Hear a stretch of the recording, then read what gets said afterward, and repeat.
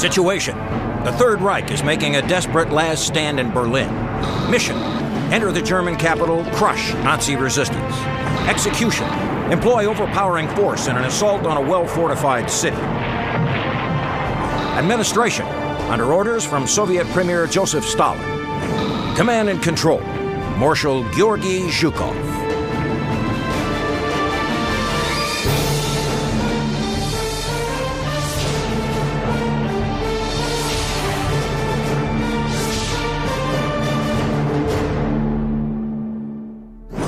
Welcome to Conquerors. I'm Captain Dale Dye.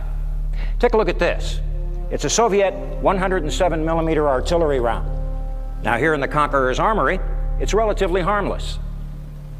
Fired on the battlefield, a round like this could blow a hole in the ground 20 feet in diameter and obliterate anybody who's in that area. When he fought the Battle of Berlin in 1945, Soviet Marshal Georgy Zhukov had 7 million of these rounds ready to dump on the Germans. It was overwhelming firepower like that that made Zhukov a winner, the man who conquered Berlin.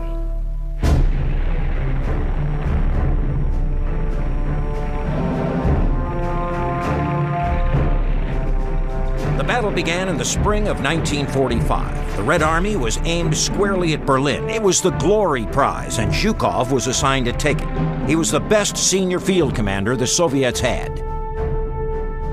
His orders came down directly from Joe Stalin. The mission was this: take Berlin and put a red flag on the Reichstag by 1 May. But this was already the 1st of April, and everything was rushed. The Soviets were thinking the Western Allies might get there first. And Stalin had it fixed so Zhukov even had to race one of his own comrades to the city.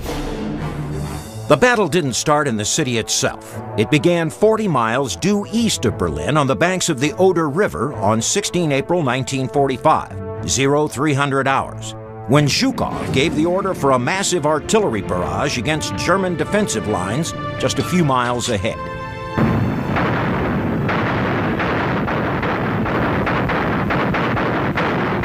$16,934 artillery pieces opened fire, supported by another 1,500 Katyusha rocket launchers.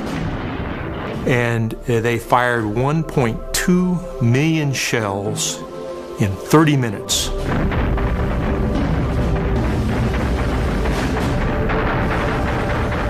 His orders were that every gun should fire, whether it was aimed or not, to add to the cataclysmic din that would emerge from this.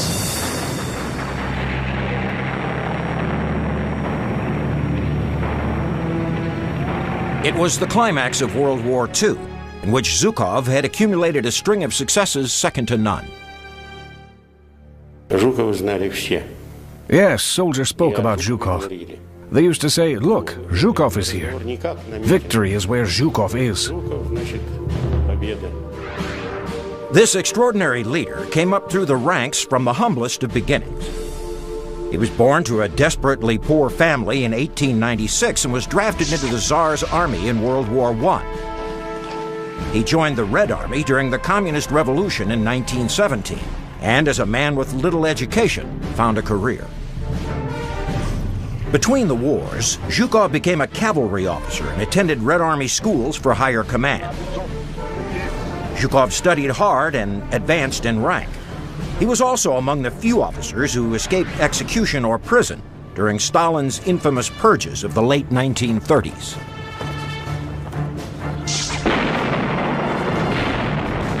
Just before World War II, Zhukov demonstrated his skill at mechanized warfare for the first time. This rare film dates from June 1939. The Japanese were attempting a land grab in Mongolia. In the battle at the Khalkhin-Gol River, Zhukov surrounded them with a classic military pincer movement. A pincer movement was Zhukov's trademark. And the idea was find the weakest spot or a weak spot in the flanks of the enemy forces and penetrate those, usually with a double envelopment. Double envelopment is the military term for the pincer movement. Zhukov's use of it surprised the Japanese, cut them off, and destroyed them. He executed the tactic in a coordinated campaign combining air power, artillery, tanks, and infantry. defeating the Japanese on 31 August 1939, and absolutely shocking the enemy with his speed.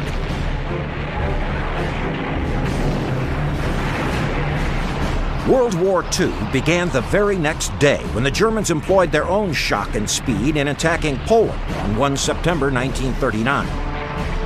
They gave the new brand of warfare a name the world would never forget: Blitzkrieg.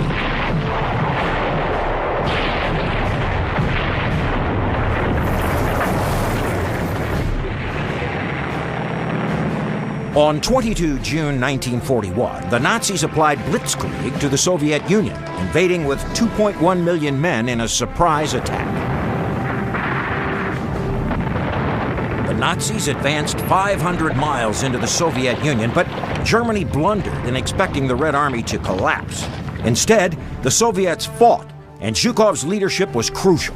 He organized the defense of Moscow and counterattacked.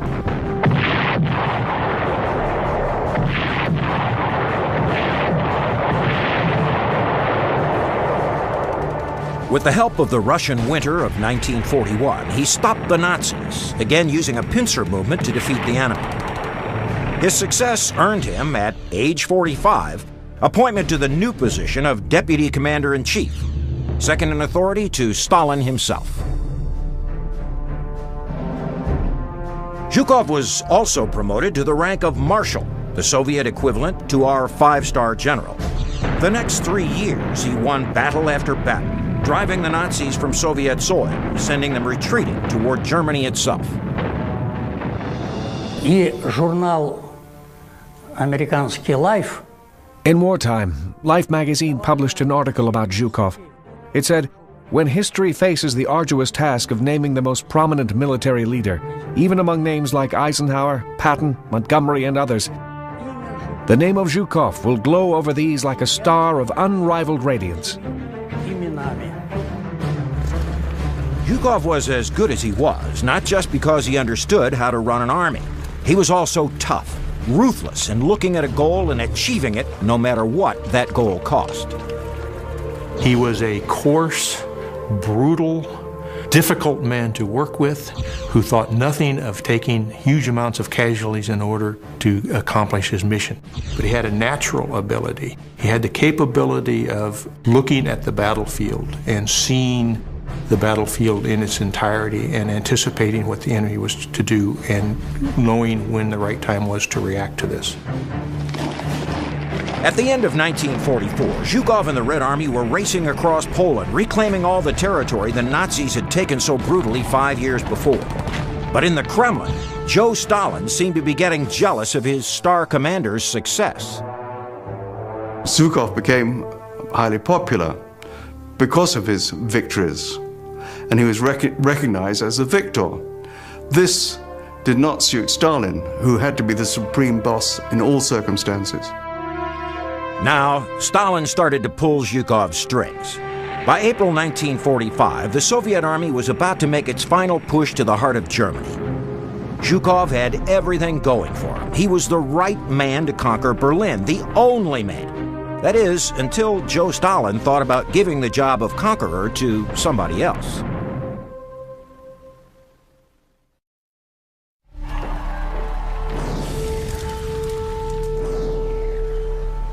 One of the things I find interesting about Berlin today is how much there is to remind us of the battle that took place here more than 60 years ago. This building is part of Humboldt University. You can still see the pockmarks from machine gun bullets. It's a familiar sight all over the city. Take a drive down almost any street and you'll see just the sort of thing a Russian tank driver would have seen in 1945. The shape of the city is still the same. Block after block of 5- and 6-story apartment buildings, each one a ready-made fortress. For Zhukov, it required a strategy of surrounding the city and then taking it slowly, house by house, street by street. But in March of that year, the Red Army still had territory to cover. Zhukov's men were positioned along the Oder River, which runs north and south, 40 miles east of Berlin. Masses of Soviet T-34 tanks like this one were sent to staging areas for the battle. Zhukov knew that the Nazis would fight desperately. So he planned to simply overwhelm them. The Germans had 1,159 tanks in the battle. The Red Army, 6,250. But back in Moscow, Stalin was reining in his celebrated field commander. Zhukov once oversaw as many as 3 army groups. Now, Stalin gave him only one. So this was a very effective demotion. It was quite a slap in the face. It was like saying to Ike, you're no longer the supreme commander, you're now an army group commander, like Bradley or somebody like that. But Zhukov was a good soldier, and he followed orders. Some say he relished having just a single command with Berlin as the target. He commanded the 1st Byelorussian Front. Front is a Russian term for what we would call an army group. Here's how the battlefield shaped up. Zhukov was at the Oder River. His 1st Belarusian Front had a straight-line approach to Berlin. The adjacent sector belonged to the 1st Ukrainian Front. It was supposed to sweep south of Berlin, leaving the capital to Zhukov alone. But the 1st Ukrainian's commander, Marshal Ivan Koniev, had different ideas and would end up making trouble for Zhukov. Koniev and Zhukov were bitter rivals. They couldn't stand each other. And for a dictator like Joe Stalin, that was just fine. Stalin saw this clash of personalities and decided to use it for his own purposes. His own purposes were to make himself look better, which he thought would happen if his commanders were trying to take each other down. In Berlin, meanwhile, the pressure was on. British and American planes had been bombing since 1943, killing 50,000 people already. Half of the city's housing was damaged, and Adolf Hitler was hiding in an underground bunker. Not many people know what Hitler once said about Zhukov. Bewildered, he once said to his generals, "If I had only one general like Zhukov, I would have achieved world domination by now." Все задачи установления мирового господства. By 1945, Hitler and his inner circle had almost completely lost touch with reality. Germany was suffering from severe manpower, fuel, and equipment shortages. But the Nazis had a plan to block the Red Army from ever getting to Berlin. The Germans' main strength was Army Group Vistula, placed between Berlin and the Soviets. In command was General Gotthard Heinrizi. He was abrasive, stubborn, and he was also short. They called him the poisonous dwarf. He was a defensive expert. He had studied Soviet tactics. He had studied Soviet doctrine. He had the ability to get into the Soviets' decision cycle, to get into their mind, understand how they were going to attack, and take countermeasures to be able to defeat it. One of those countermeasures was launched prior to the battle and aimed at Zhukov's buildup on the Oder. It was a secret weapon called the Mistel bomber. The Mistel bomber was, in fact, a fighter strapped to the top of a bomber on struts. The bomber had been stripped and filled with explosives, and the pilot of the fighter plane took off using all 3 engines. He then would release the bomber, sending it on automatic pilot to hit the target, while he tried to make his escape. Even today, you can see craters near the Oder River made by Mistel bombers that fell short of their targets. Others did hit their marks, destroying important railroad bridges. For the Germans, stopping the Soviets at the Oder was critical. On 3 April 1945, both Zhukov and his rival Koniev were presenting the final version of their battle plans to Stalin. Berlin was supposed to be Zhukov's target alone. His plan involved not only a direct thrust on Berlin, but also his trademark pincer movement, sending troops both north and south to surround the city before closing in for the kill. But while Koniev was set to cover the territory south of the city, he said some of his men could swing up from that direction to hit Berlin directly instead of bypassing it. He argued strenuously for his participation in the strike. Stalin saw the tension between the two men, and he used it. And he took his eraser and he erased the boundary line between the 2 army groups.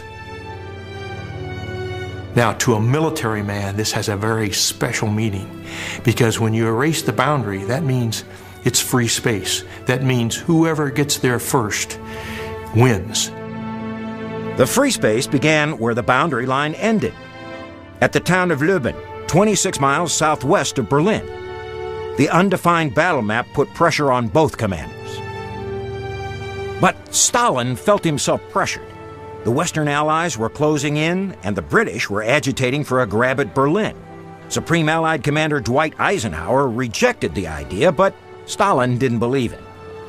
Time was critical, and exploiting his two rival marshals was a means to an end. Stalin used the competition between Zhukov and Konev in order to get into the city of Berlin as fast as possible. By getting this competition between his two senior subordinates, he knew they would push their own subordinates to try and beat each other into the city. Stalin made his orders clear. Berlin had to be taken by the 1st of May, so its capture could be celebrated on May Day, the communist workers' holiday. The attack would begin in 13 days on 16 April. Zhukov and Konev hastily assembled their resources and cranked up the intensive planning for the attack.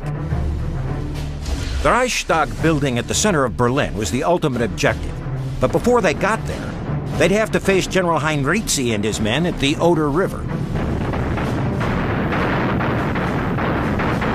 Marshal Zhukov's opening barrage began on schedule in the pre-dawn hours of 16 April. At that moment, he had no way of knowing that the German defenders had practically disappeared. When Marshal Zhukov lined up his troops on the Oder River for the final drive against Berlin, his first objective was the strategic high ground known as the Zelo Heights. This is one of the most distinctive weapons used during the battle. It's a mobile rocket launcher, model BM-13. The Soviet Red Army troops gave it a nickname. They called it Katyusha, a girl's name which translates in English to Kathy. Cute. The Katyusha fired up to 16 132mm rockets per salvo. The launchers were usually mounted on trucks. This one is on a Russian truck. But you'd also often see them on Lend-Lease Studebakers shipped over from the USA. The effect of these rockets on the enemy was terrifying. Katyusha rocket launcher was a devastating weapon system. It was an area weapon designed to put tons of explosive into a large area. And when the rockets came down, they made a howling sound, therefore the name that the Germans gave to them, Stalin's organs. 1,500 Stalin organs played a hell of a tune as they opened up on the Germans. Along with 16,000 other artillery pieces, they pummeled enemy positions. They fired 1,230,000 shells and rockets. It was incredible. That's 98,000 tons of explosives hitting the ground. That's the equivalent of 5 times the first atomic bomb that was dropped. Here's where all that ordnance was aimed, a low-lying plain on the Oderbruch, right next to the Oder River. This is where German General Gotthard Heinrizi placed his first line of defense. But the battle was a mismatch. The Germans were outnumbered 6-to-1 in tanks and artillery, and nearly 4-to-1 in troops. The German soldiers were an odd mix of regular units together with Navy, Luftwaffe, and rear guard troops. The kind of soldiers who'd never been in the infantry before and were suddenly dumped onto the front lines. But Heinrizi at least had a plan. To cover the territory between Berlin and the Oder River, he organized defense in multiple lines. The forward line was in the Oderbruch, just west of the river. A second line was on the high ground at the Zelo Heights. A third line was behind that, 3 lines in all, in a strategy called defense in depth. A day or two before the battle, Zhukov ordered probes of the German defenses. 38 Red Army battalions of 700 men each staged quick attacks to map out the enemy defenses by seeing how they responded. It's a battlefield tactic called reconnaissance in force. Reconnaissance in force is basically sticking your neck out to find out where the enemy is. In this case, there was also the problem that the valley was covered in minefields. And so the Soviets had to advance into those minefields, just sending men forward to clear them by walking over them. But Heinrici was keeping a close watch on the battlefield. He knew that Soviet doctrine called for reconnaissance at force just before a main battle. At the last minute, he pulled almost all of his forces back to his second defensive line on the Zelo Heights. And so when this huge artillery barrage came in and landed on the frontline positions designed to stun and destroy the German defenses there, they basically fell, as Heinrici says, on an empty sack. The Oderbruch was practically deserted, though Zhukov didn't know it. His million-plus shells had been dropped on almost nobody. A row of giant searchlights figured into Zhukov's next move. It was his own idea. Zhukov planned to blind the enemy and light up the battlefield for his own troops with 143 powerful searchlights. But there was fog and smoke on the battlefield. It was a disaster. It was like putting your high beams on in a heavy fog. They could not see anything. It was reflected back. The troops all lost their night vision capability. They were blinded, and they felt they were being silhouetted for the German gunners by these searchlights behind them. Confusion on the battlefield slowed the Soviet advance, and when the sun rose, the infantry and tanks of Zhukov's leading divisions found the Oderbruch was practically impassable. The Soviet tanks were unable to proceed freely because the Germans had swamped the area by releasing waters from a dam, so that the ground was exceedingly boggy. Water was carefully released into the network of drainage canals that crisscrossed the Oderbruch. It inundated the entire plain, making it impossible for the Soviet tanks to cross. Russian tanks like this T-34-85 were not at all sophisticated, but they were sturdy, reliable, and most of all, plentiful. Now, successful main battle tanks have three common characteristics: excellent firepower, solid armor, and high mobility. The T-34 answered the mail in all of these respects. But there were limits even to the rugged T-34's mobility. The vehicle weighs 27 tons, and through its power plant and transmission, which you can see here, develops a very respectable 18 horsepower per ton of weight. The weight of the vehicle is distributed over the track system. Each one of these tracks on either side of the vehicle has 72 separate track blocks, and each block is 19 inches wide. That gives the T-34 a relatively low ground pressure. The ground clearance is 16 inches.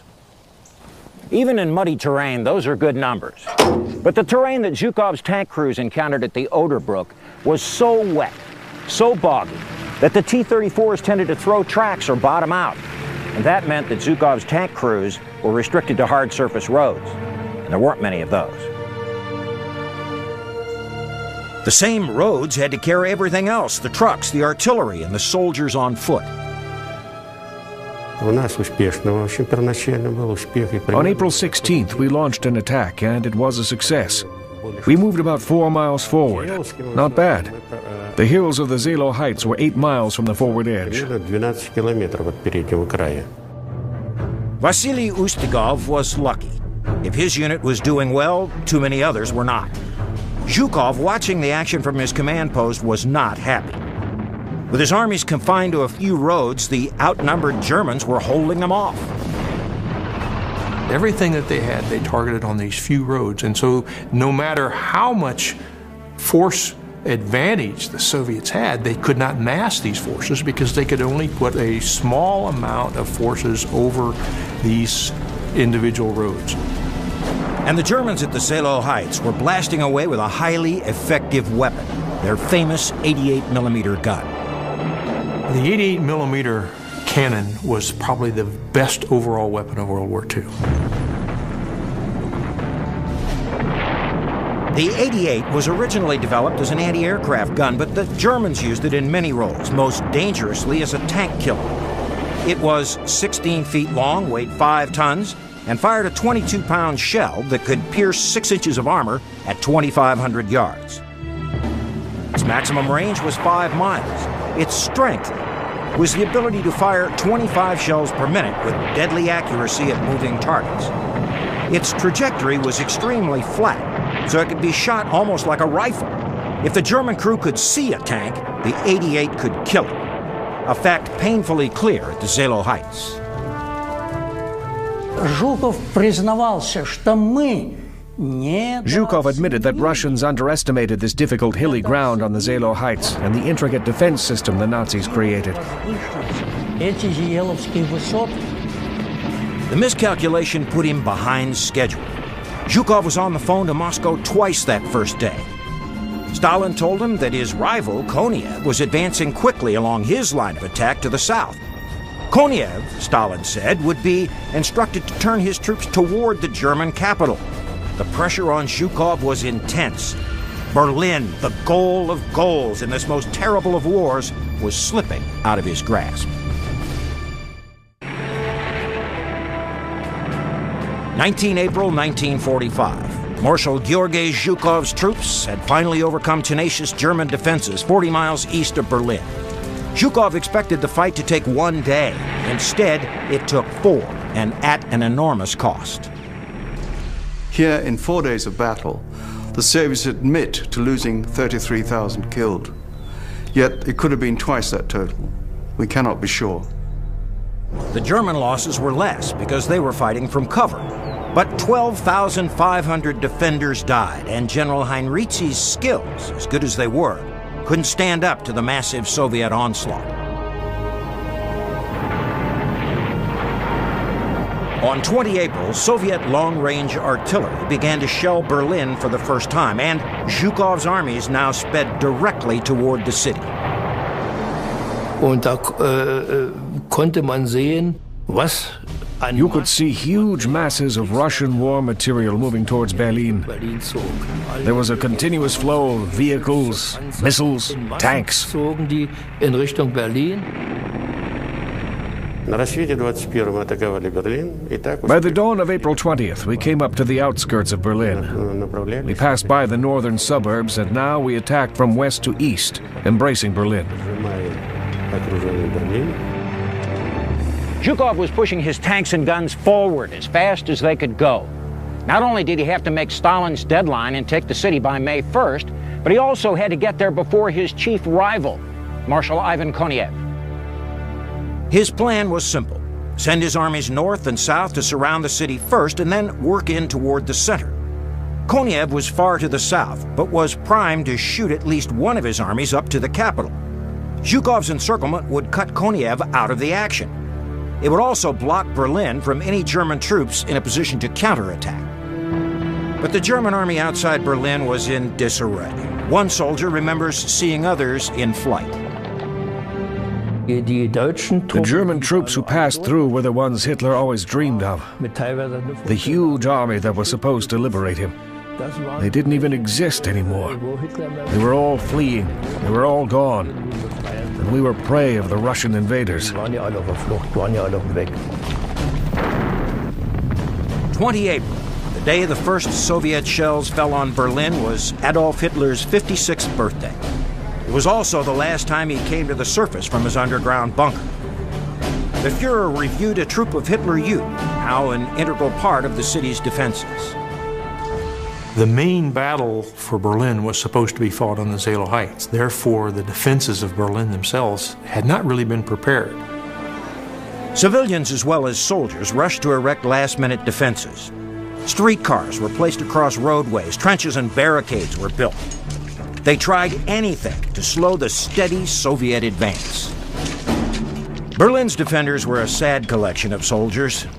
They were the boys of the Hitler Youth, old men of the ill-equipped militia groups called the Volkssturm, as well as service personnel not really trained for the front lines. One thing they did have was this, the Panzerfaust. It's a portable, disposable anti-tank weapon. The Germans had about 3 million of these in Berlin. And even in the hands of those old men and boys, this could be a deadly weapon. It's a shoulder-fired, recoilless anti-tank weapon, and depending upon the model, has a range of about 50 to 200 meters. And here's what makes it so deadly. This warhead is what's known as a shaped charge. It's lined with copper, and it focuses the force of the blast to a fine point. The force is so concentrated, it turns the copper jacket into a jet of white-hot metal that burns a hole through the tank's armor. The hole may be small, but that jet of hot metal is enough to kill the crew inside and put the tank out of action.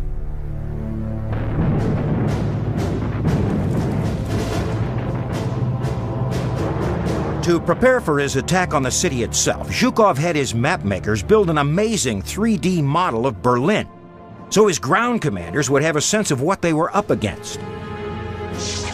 The tiny shapes of buildings and church steeples gave them a visual picture of what they would see in the unfamiliar city and helped them make sure their movements followed the planned routes of attack. Berlin was a tough target by virtue of its physical layout, just as it would be today. First of all, it's huge, 340 square miles altogether. It's crisscrossed by water obstacles and railroad lines. There are tunnels below ground, and the streets above are lined with well-built, thick-walled buildings, each one of them a fortress in itself. As many as 2.5 million civilians remained in Berlin, hiding in cellars, tunnels, anywhere they could find. Tessie Asselmeyer was 12 years old. Of course we were scared. The propaganda of the Nazis described the Russians in horrible ways, as a wild, wild horde whose only goal was to kill us. In fact, the Russians had a genuine bloodlust, fueled by propaganda of their own. A Soviet writer named Ilya Ehrenberg was notorious for whipping up the emotions of the Red Army soldiers. If you have killed one German, kill another! Don't count the miles, don't count the days, count the Germans you have killed! The Soviet hatred for the Nazis was driven by a seething desire for revenge because almost 4 years earlier, the Germans committed atrocities when they invaded Mother Russia. They expected the Germans as a civilized occupation force, and there came, we can say, barbarians who killed and murdered and who looted. As many as 19 million Soviet civilians may have been murdered by the Nazis, and the Red Army was eager to avenge them as they tightened their stranglehold on Berlin.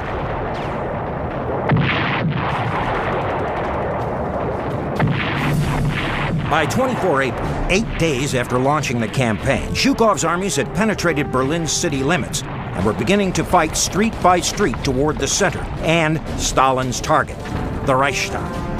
Konev, to the south, was racing toward Berlin on his own schedule, a schedule that suddenly threatened Zhukov.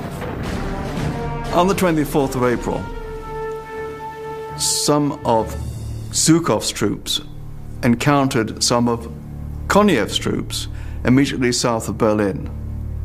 When the news got back to Zhukov, he was absolutely appalled. He'd expected Konev's troops to come towards Berlin, but never expected them to get that far. In response, Stalin extended the line he had erased 3 weeks earlier. The new boundary separated each general's army group temporarily, but Stalin still kept them guessing. The line ended abruptly south of the city center. Just over a mile beyond was the Reichstag, clearly falling in neither man's sector. The battle's ultimate target was still in play, and neither Konev nor Zhukov knew who would get there first. Here's Marshal Zhukov's tips for conquerors. It's all about numbers. Have more of everything than your enemy. Stay focused on the mission, even in the face of heavy losses. Watch your back, especially if you plan to disobey a ruthless politician like Stalin.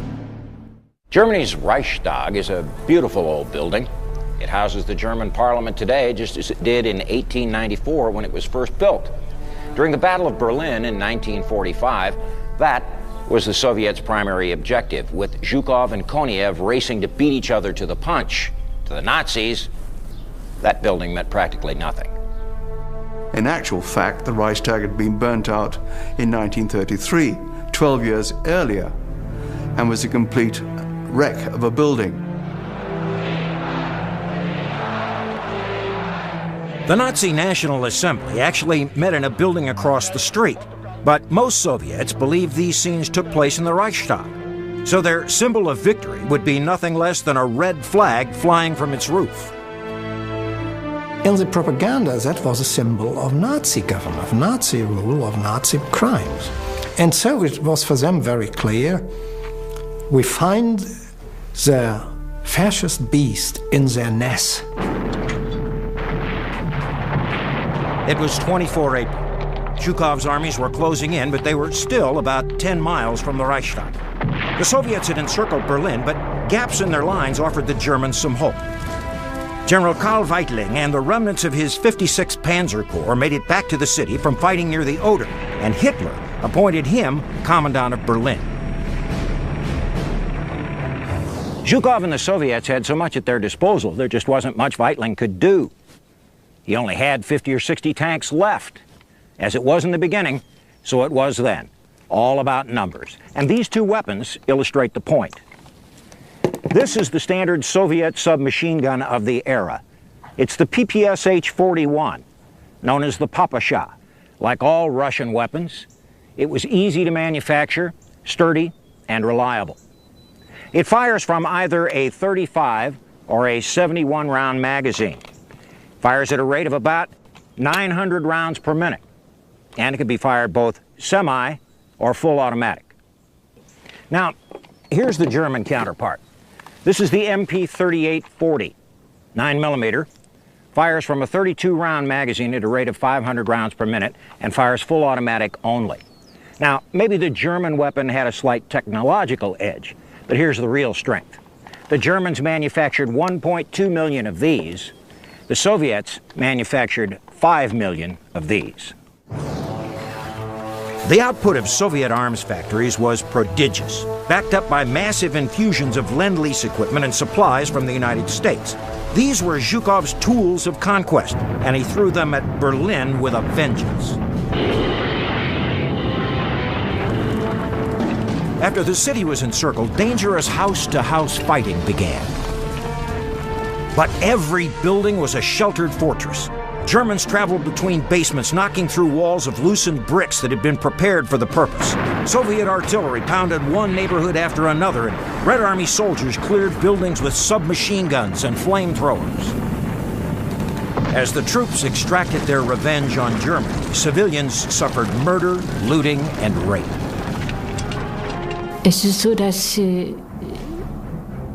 Yes, it is so. There were girls my age who it happened to. They had visible damage their whole lives. Red Army soldiers had once been encouraged to commit such atrocities, but now Moscow reversed the policy. Knowing it would be setting up a post-war regime, Moscow needed to win the hearts and minds of the enemy, who are now flying white flags of surrender as the Soviets moved into each neighborhood. Murder and rape were now forbidden, but under the circumstances, impossible to stop. Records from two prominent German hospitals show that something between 95,000 and 130,000 women had to be treated for as an aftermath of rape. And it is known that some 10,000 women committed suicide as a result of rape. The Russians came as Tessie Asselmeyer hid in a basement with dozens of others. She was one of the lucky ones. They said, "Woman, come. Woman, come." It was these two words that were so horrible. My mother put her arm around me for protection, and it worked. Mother with child. They walked by us.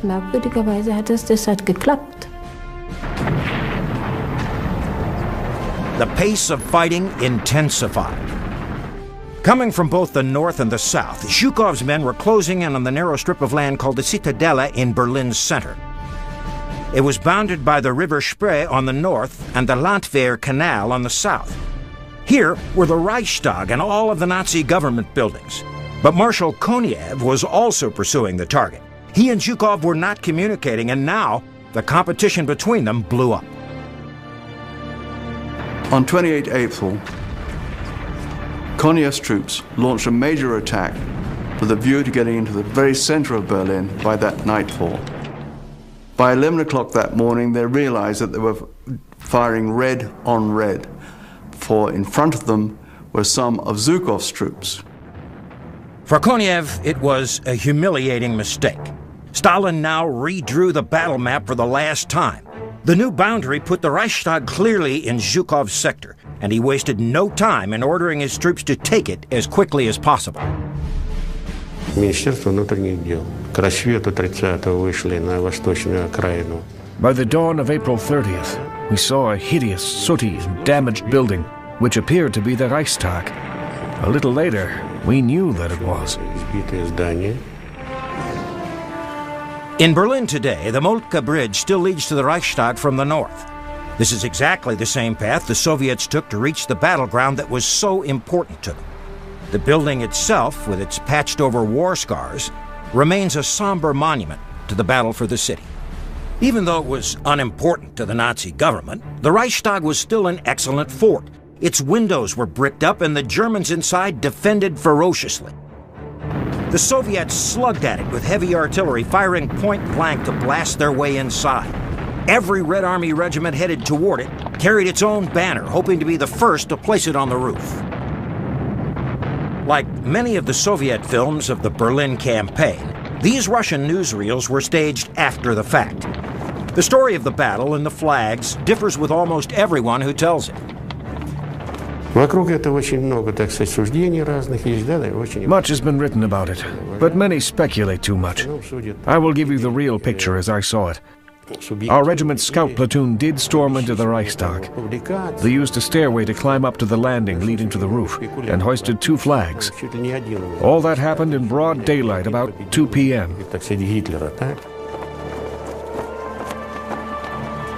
1400 on 30 April. It met Stalin's 1 May deadline with time to spare. Other accounts say it didn't happen until 22:50 that night, barely under the wire.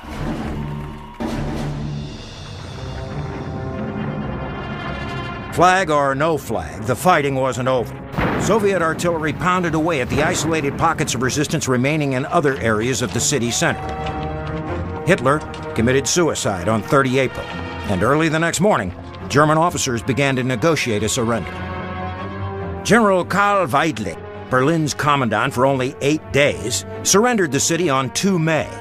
Soviet films show him emerging from a bunker afterwards, but that's another case of film fabrication. The surrender actually took place in this building, headquarters of General Vasily Zhukov, one of Zhukov's best field commanders. A modest brass plaque marks the location today. The site of Germany's unconditional surrender is preserved in Berlin as well. Zhukov, the city's conqueror, presided over the event, which Russians regard as the official end of the war. To them, the surrender, signed 1 day earlier at Eisenhower's headquarters in France, is just a footnote to history.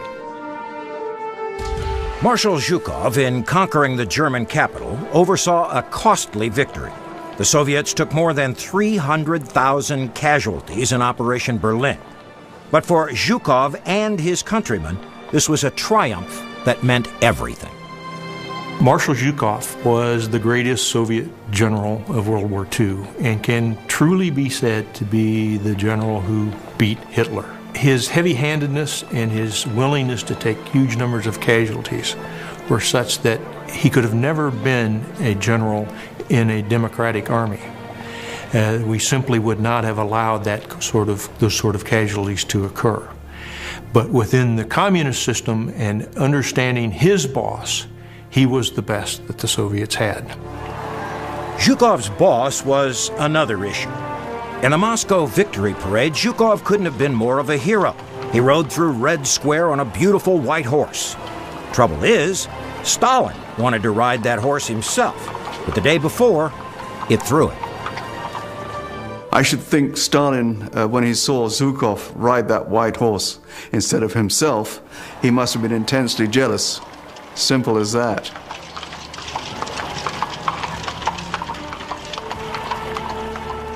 You bet he was jealous. After the war, Stalin buried his best general in dead-end assignments. Zhukov remained a non-person in the Soviet Union for 20 years. But now, the USSR is gone. In Russia today, Stalin is primarily remembered as a villain. And Zhukov, well, he's a hero. That's how he's remembered, the conqueror of Berlin. I'm Captain Dale Dye. Thanks for watching.